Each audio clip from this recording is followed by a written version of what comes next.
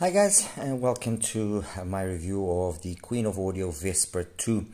This is the updated version of the original Vesper, which came out back in 2020 if I'm not mistaken, and which I also have, but I'm not going to be using in this comparison. Anyway, before I get into the box, just wanted to quickly explain why so many IEMs. I thought that reviewing the Vesper 2 would be a very good opportunity to basically review or also talk about some other 1+1s and 1+2 IEM. Some of them which just aren't talked about, they just go very much under the radar. The case of the XSL X9, the CVJ Moon, and the Open Audio Witch Pro. Some of them I have already reviewed, which is the case of the EPZ K1. Also on this side here on the right hand side, the HiDiz MS2. I've reviewed that one as well. And another one which also doesn't, well, at least not now because it's already an older IEM, is the TKZK Wave. So I thought it would be an excellent opportunity to actually compare the Vesper 2 to some of these other IEMs. Some of them more popular, some of them less popular. Anyway, box, very much what to be expected. It's kind of the usual. Already the original Vesper was also kind of the same sort of box. Oops, this doesn't want to open up now. Do we? Are we going to open? Yes, we are. Anyway, you open up the box, and inside there we have the carrying case, which is this carrying case over here. Okay, and inside the carrying case then comes everything, which means we have tips. An ample selection of them. I'm using actually the one size of these orange gray ones, as you can see, and then there's also these excuse me, there's also these kind of wide bore light blue ones. Yeah, okay, I prefer the sound with those ones which are not as wide bore. They kind of give me a sound which is very reminiscent of the KB07s, so I prefer those ones, and those are the ones I'm actually using. Anyway, that's the box. Brings some paperwork, some very basic stuff here. Frequency curve, as you can see. Simple, nothing too fancy. The Vesper 2 is being sold for about $79, which actually is a big increase over what the original Vesper was. The original Vesper was sold for $49, and now more recently it was at $69, and now the Vesper 2 is being sold for $79 at the HIFIGO. I've seen it even more expensive than that on some AliExpress stores. But anyway, that's the price of the Vesper 2. As for the IEM itself, it's in every way the same as the original in terms of its shell design and also the configuration, which is a 1+1. The shell actually looks very nice. This orange color in video doesn't actually do it justice. It really does look the part. The one peculiarity about the Vesper 2 is that although it's a 1+1, and you know, that would deem it well, okay, 1+1. What's so special about that? 9mm or 10mm driver plus a BA. Well, in reality, what they are using is, yes, a 10mm PET dynamic driver, which is very basic, but the unusual thing is that they're using a 32873 full range BA driver, and that's the unusual, because usually we see 30095s or 50014s, or we see 33518s, and no, they've gone a different route, and that different route obviously is the main reason that confers the tuning to the Vesper 2 that it has, which is a kind of a very neutralish style tuning. Okay, neutralish, kind of neutralish warm tuning, which is very pleasing actually. Anyway, let me just quickly run down by what I have here.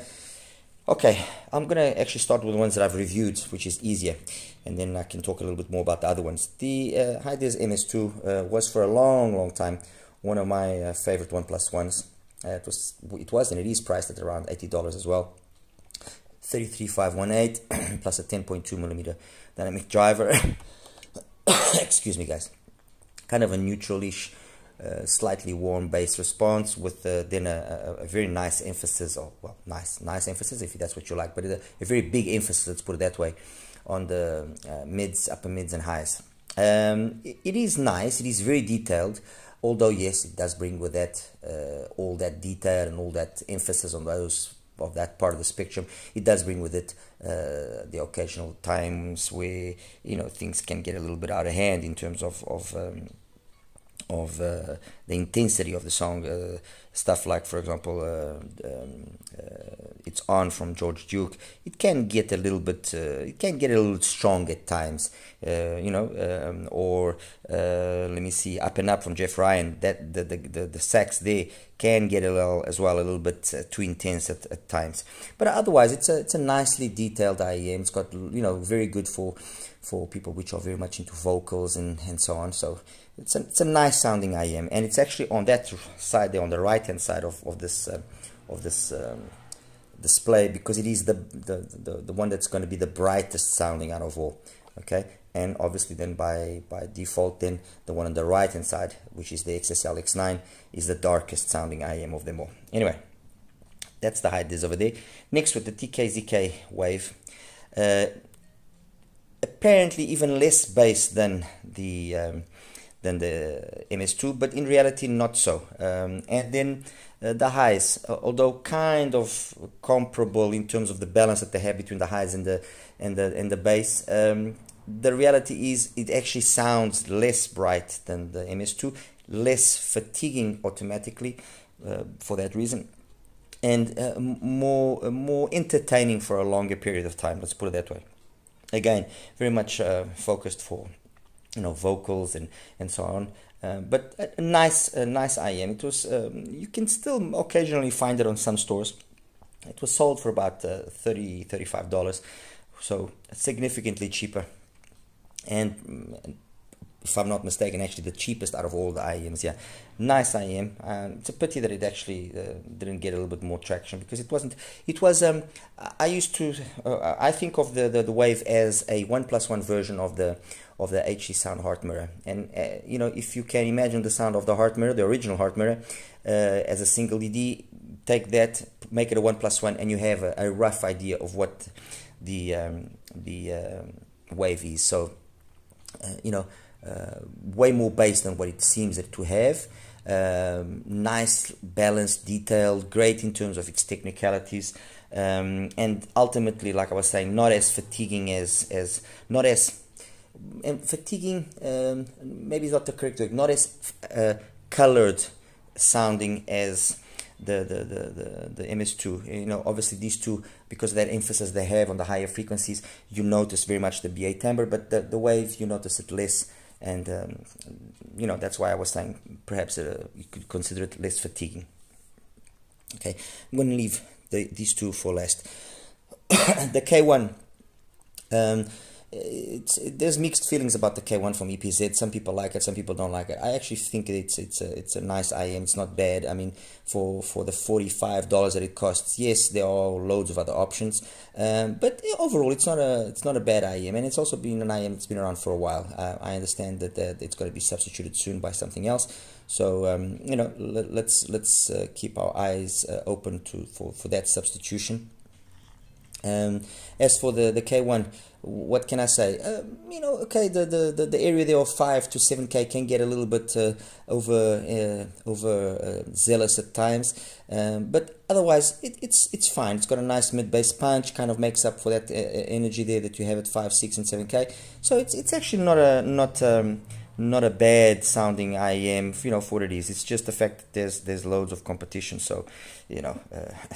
That's actually the problem the majority of the IEMs have, is that however good they are, there's always a lot of other comparable or even better IEMs at a similar price or lower price, which complicates life for them and makes them, you know, have a hard time actually standing out.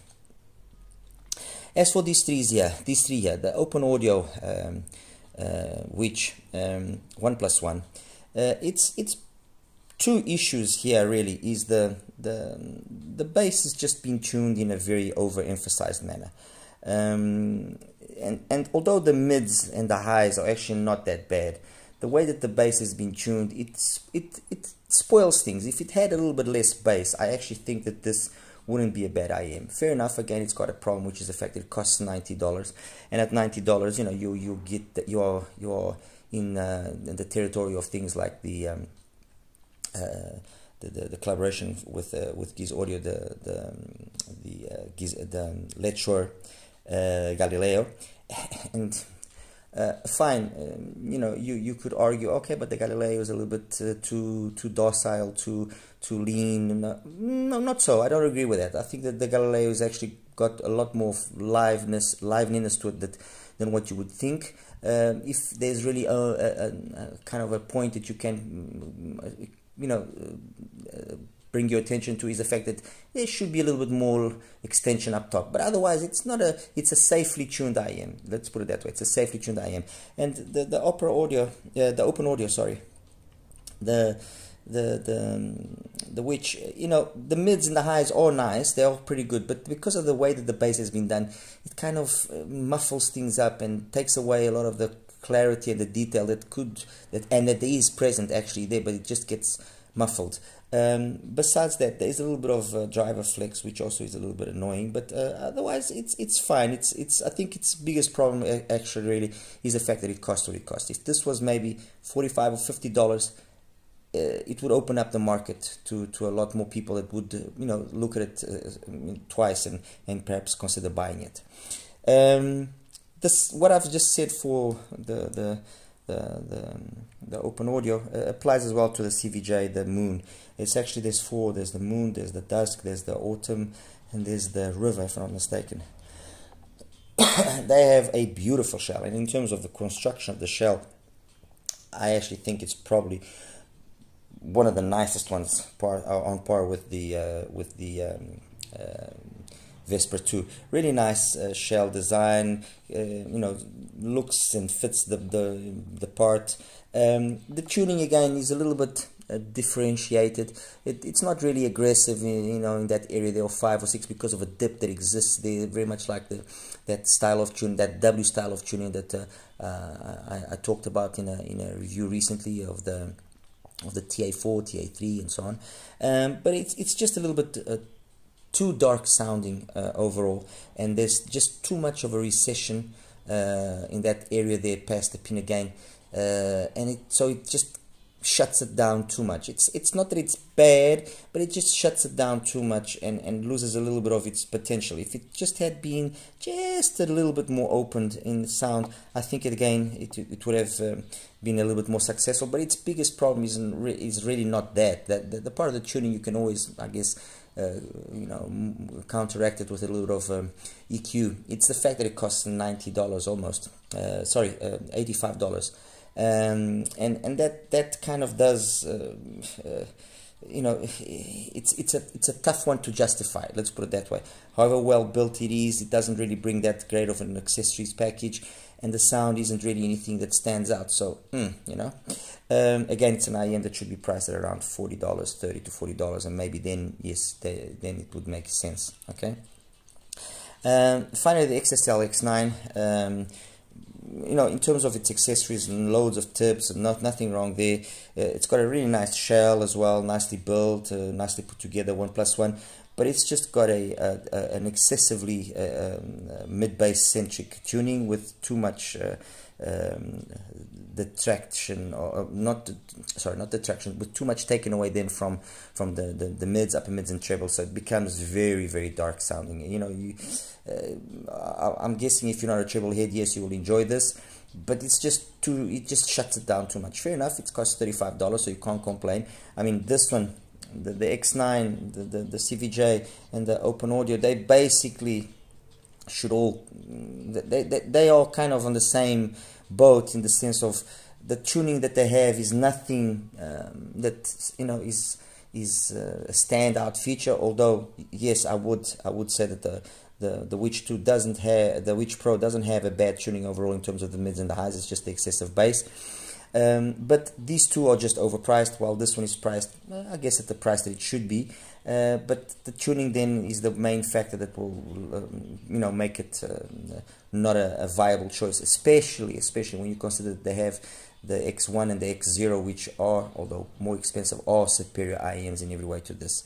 So that's that out of the way. That's the CVJ, that's the Open Audio, that's the K1. So those four are out of the way. That's as well the HiDiz and the TK-ZK or wave, which leaves us then with these two, which is the Tiandirenhe, I believe that's how you say it, revival of the Magaosi V3, which is a 1+2. It's actually the only 1+2 here, and the Vesper 2. What can I say about the V3? Well, the V3, I never heard the original one, so I can't talk much about it, but what I can talk about is this particular one. And this particular one here utilizes 2BAs, as I mentioned, and it uses also the 9.2mm dynamic driver, which I believe is also just a PET driver, so it's nothing fancy in terms of its diaphragm material or anything of the sort. The sound is an interesting sound. That's the reality. The sound is actually quite interesting, and I quite enjoyed the sound of this Magaosi clone. Let's put it that way. Of this, I'll just call it V3. You know, it sounds really good. It sounds really good. It's got a nice mid-bass focused lower frequency. The mids are, for the most part, okay. There's just a little bit of a roller coaster there. At one point between like 3.5 and 8, there's a little bit of a roller coaster there, but nothing that's too dramatic. There's no real areas where things jump out and are aggressive or sibilant or anything of the sort. So it's got a nice, it's a nice, fun sound. It isn't the most technically capable sound in my opinion, but it's nice and engaging. It's fun to listen to, so I can't really falter it. And that's the reason why I've left it here alongside the Vesper, because these two, out of all the IEMs here, are the ones that really make sense. The Vesper, because not only is it well built and decently accessorized, but in terms of the sound, the signature that they've applied, which is this kind of mutually signature, which has a little bit of a bass boost, has been, in my opinion, very tastefully done. You know, it's a different type of signature to what you are used to seeing, but it's been tastefully done.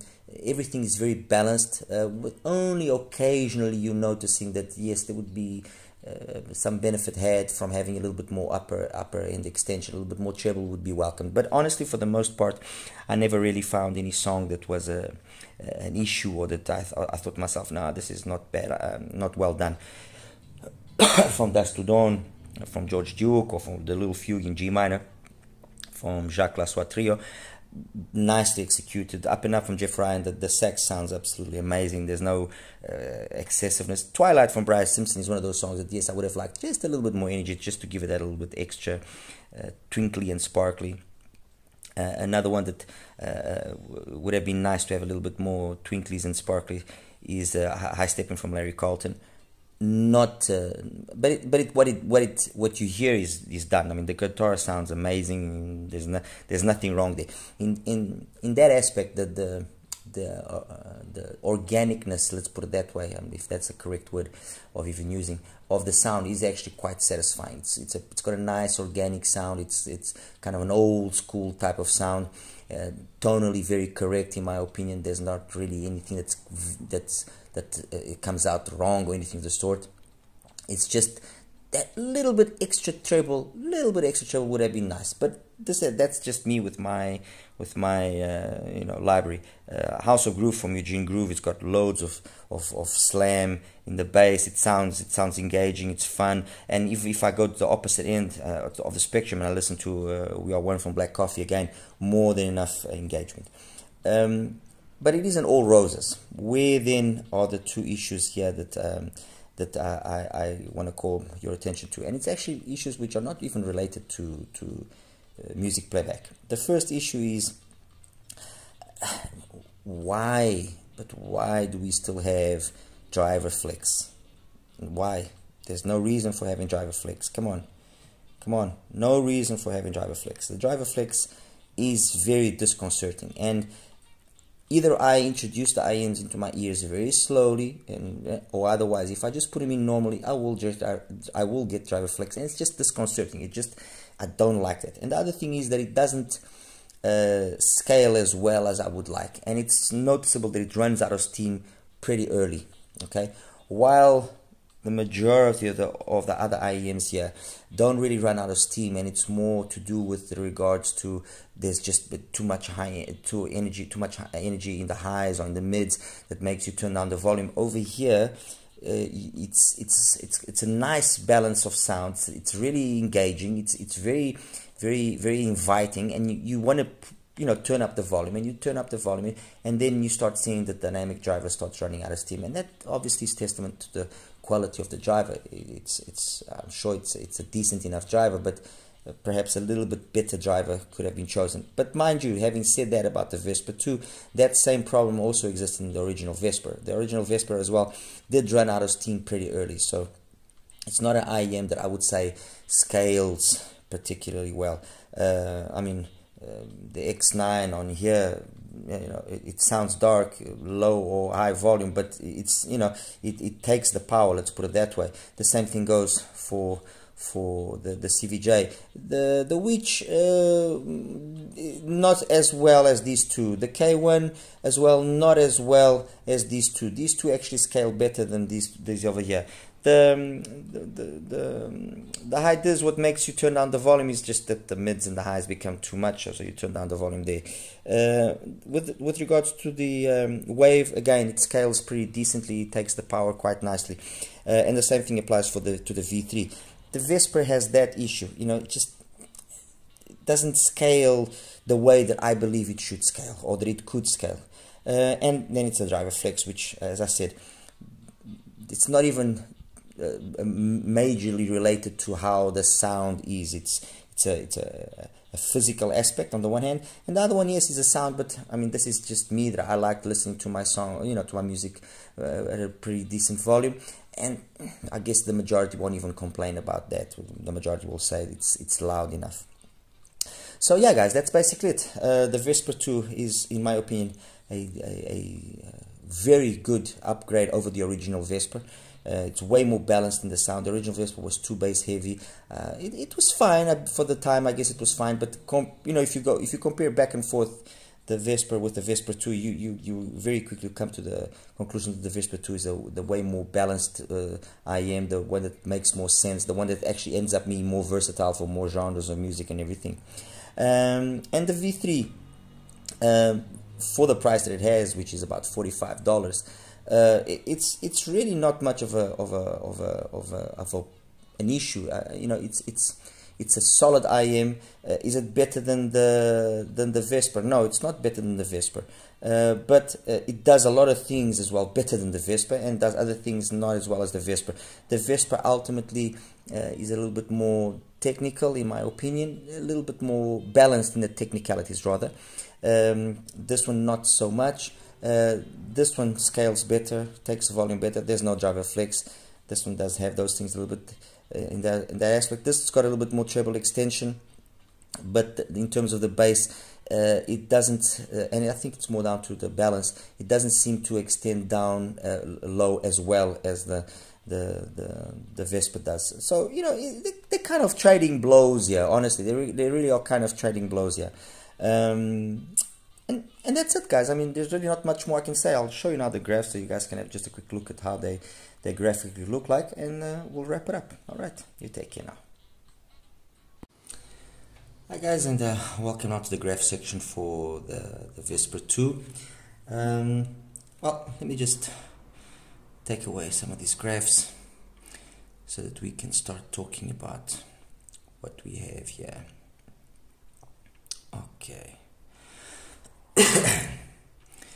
First graph that we have here is the graph of the Open Audio Witch, and as I was saying, it's not so much that the mids are badly done or anything of the sort. Okay, it's got that dip there, but for the most, it's actually acceptable. This kind of does have that vibe of the TA4, TA3, like I was saying. The highs are not the problem really. It's the excessive bass that it has, and it could be this excessive, let's put it that way, but be of really good quality, and it isn't of the quality that it should be, especially when you consider $90. And that just basically muffles down everything here. If this bass was lower, I mean a good 4 or 5 dBs lower, I'm sure that not only would the bass come across as being better quality, more, you know, cleaner and so on and so forth, but it would let the mids and the highs shine way more. I mean, that's I mean, just for you guys to understand what I'm saying about the mids, let me just quickly show you here so that you can get a real perception of what I'm saying. That the mids are not, they're really not bad. They honestly are not bad. Where's the TA4? Here we go. Here's the TA4. And let me just bring it up there. And as you can see, they're not bad. I mean, they really are not bad. Even perhaps more similar to the TA3 because of the earlier way that yes, there we go. You see, take away. See. There we go. Even more similar to the TA3's mids, which are not bad as well. You know, they're not bad. It's just that the TA3, then this area here has been done in a way which is not so, you know, and got too much of a dip here as well. But anyway, what I'm basically saying, and I'm sure you're understanding, is that the mids of the open audio are not its issue. It's the way that the bass has been executed and related to those mids. Okay. The next one now is the XSL X9, and I think it's self-explanatory. Way too much mid bass and just shuts down everything. By looking at here, you think, oh, it's going to have a great sound stage, and no, forget it. No, it just no point in really carry on. The CVJ Moon, again, it's not that it's too bad, okay, it's got a bit of a mid-bass emphasis with the bleeding into the mids, but this area here is not too bad. At least there's a good balance, not like on the open audio. I've actually normalized it at 500 Hertz so you can get a better idea. But even if I bring it down or take it up to 1 kilohertz, you will see, there we go, see, even if I take it to 1 kilohertz, you will see that the mids are really not the main issue here of the CVJ. It's just the balance of the two, and this mid bass kind of shuts it down slightly, and there's not as much treble as what you would think here. Okay, anyway, that's that one as well out of the way. Next one, this is the V3, the Magaosi, and that's actually a nice, that's actually, you know, although you might look at it and you think, nothing special, it actually is a nice sounding IM. It really is. And it's only, like I was saying, between that 3 and 7K, you have a little bit of these peaks up and down, but nothing that really stands out or is aggressive or anything of the sort. Mid bass is more prominent than the sub bass, but again, it's been done in a way that there's not too much bleeding to the mids. It actually does sound pretty decent. It really does sound pretty decent, way better than what the graph would lead you to believe. Okay, the next one, the HiDis, the MS2, and the MS2, that balance here is very much to the, you know, upper mids and treble. There's loads of energy there, and it's nice at the lower volume, but when you start pushing the volume, then it becomes a little bit fatiguing, and you know, ultimately you just get tired of listening to it too long for at least high volume levels.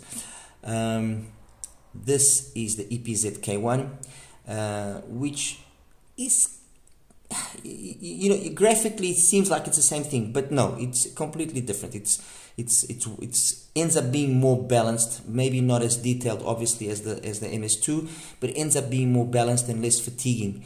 And you know, I actually don't dislike the EPZ. I don't. Okay, these two peaks here could be being better done, but like I said, this is an older IM. It's going to be phased out, so no real concern over there. And the TKZK wave. I mean, that's ruler flat bass there.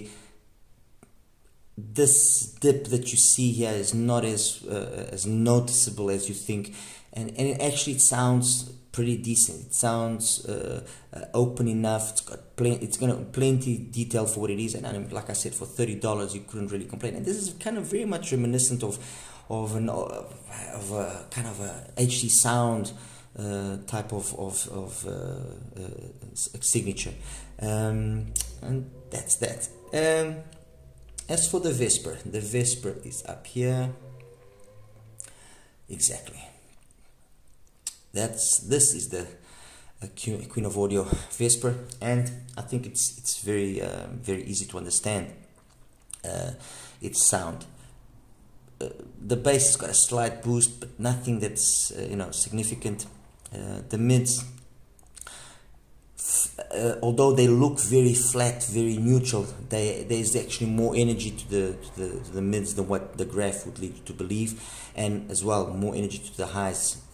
Upper mids and highs are more prominent than what you would think, and it just sounds very organic. This kind of signature and sound is very much what you get on some of our ISNs and Penon's products. ISN's got more prominent bass, but you have this kind of vibe going. One that comes to mind is the Penon Globe. Let me just get you here the Penon Globe just to kind of show you what I mean. There we go. Penon. Here we go. That's it. Okay. There we go. You see, the Globe and the Vesper 2 have got the same kind of vibe going, which is really a nice balance of the bass to the mids and the highs, and graphically you might think, this is going to be very shut down, and it isn't, because you listen to the Globe, and the Globe is amazing. Honestly, I think the Globe is one of the better Penon IEMs. I would probably say, if I was to put them in order, I would say 10th anniversary, Serial, and then the Globe. In that order, with very minimal differences between them.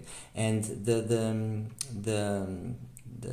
Queen of Audio, the Vesper 2, has got very much that vibe of sound going. It just loses a little bit of detail there. Obviously the Globe is a 2BA, this is only a 1BA, but very, very similar vibe of sound going. And that's that, guys. I mean, there's really not much more I can say. This one and the V3, like I was mentioning, are the two IEMs that I honestly think stand out and are worthy. The V3, I'm just going to change the color here.